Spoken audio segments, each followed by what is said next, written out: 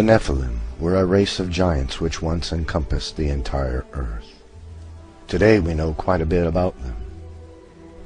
Archaeology has revealed the artifacts they have left behind. Their history is corroborated by the legends of virtually every culture of the world, including ancient literature, such as the Epic of Gilgamesh, the Book of Enoch, and the Bible. The Inuit Eskimo tribe knew them as the Tuniat. That very same tribe of giants was known to the Norse as the Skraeling. Many people of Western Asia and throughout Europe knew them as the Scythians, who had at one point bested Rome in battle and were said to have been so tall that their feet came close to the ground when sitting on a horse. The ancient Hebrews knew them as Amorites and Canaanites. Sumer is the oldest culture of the world, and the Sumerians give us a tremendous insight into the origin of the giants. The Sumerians recorded that the Anunnaki, a race of celestial beings, the children of Anak and Anu, came to the earth and fathered a race of men, who then became the kings of mortal men. But the Book of Enoch gives us even greater insight to the origin of these giants. Enoch recorded that during the life of Jared, sometime between 3550 and 2550 BC, the sons of God came to the earth from heaven. Since we know Satan is the father of all lies, it is likely that Satan himself influenced them to do the deeds they did. He had puffed them up and built their pride, and for this crime of pride against the Lord, they were cast out of the heavenly realm. Angered for being cast out of their heavenly home, and jealous of the beautiful new creation of God, they consorted to do ungodly things, and swore an oath to each other that each would be equally culpable for the sinful things they were about to do.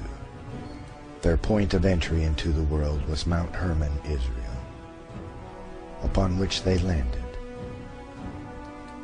Just as humans have special gifts and abilities and each is unique, so too the angels were unique, and each used their own special gifts for defiling mankind. So each taught mankind the arts which they themselves loved most.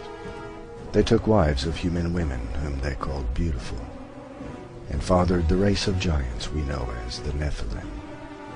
Azazel was a lover of metals, and taught men to make swords and knives and shields and breastplates, and made them known to the metals of the earth, and the art of working them, and bracelets and ornaments, and the use of antimony, and the beading of the eyelids, and all manner of costly stones, and the coloring of tinctures.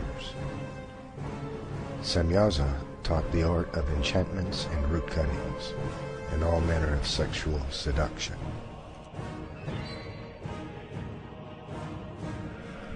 Amoros taught the art of sexual lust. Barakijal taught astrology.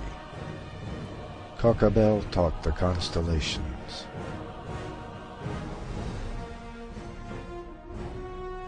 Ezekiel taught the knowledge of the clouds. Arachiel taught the signs of the earth. Shamsiel taught the signs of the sun. And Sariel taught the course of the moon.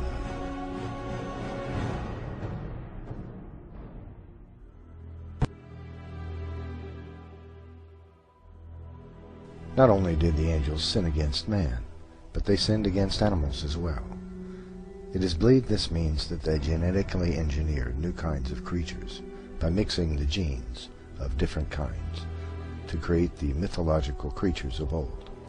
The corruption the angels had wrought upon the earth was so great that God decided to destroy both man and beast.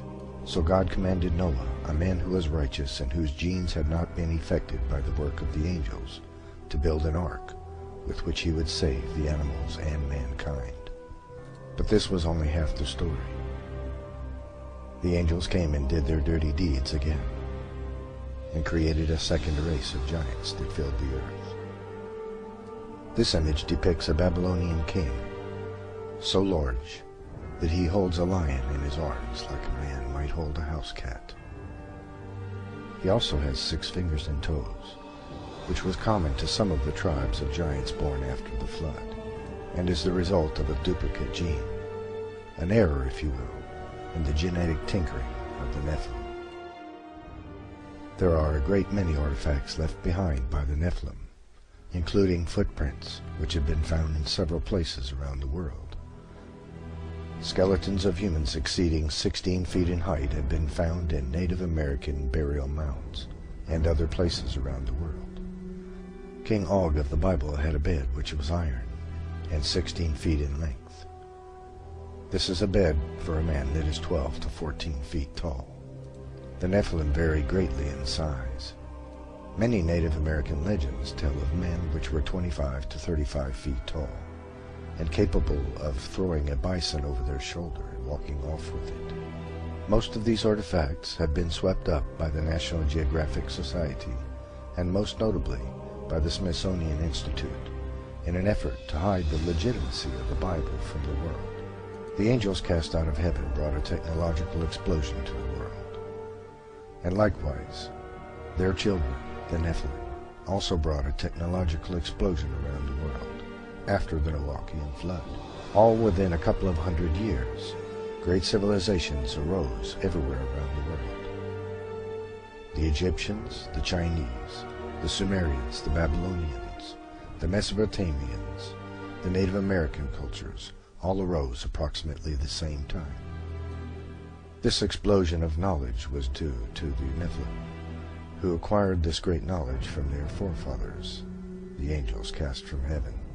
And at that time, the Nephilim created monumental statues and buildings all around the world as well, carving stones weighing up to 3,000 tons with mathematical precision. Stones so heavy and large we are incapable of moving them with modern equipment to this very day. Many like to believe that the giant statuary all around the world and all of the cultures of the world is merely an exaggeration of the kingship. This is false, however. They are actual depictions of the true sizes of men. Native American statues, for example, often depict the angels which were cast from heaven. The same is true in Babylonia, Sumeria, Egypt, and other cultures. This modern example of a Native American totem pole depicts an angel cast from heaven, fathering a Nephilim child. This chart shows us the great size of ancient giants.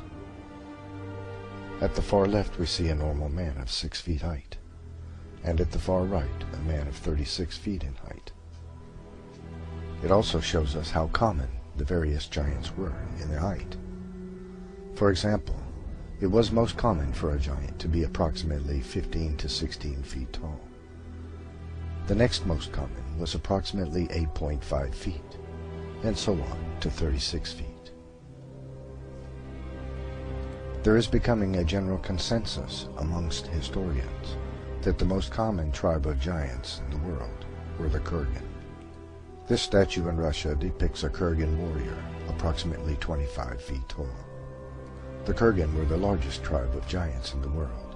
They originated in southern Russia and encompassed the entire world.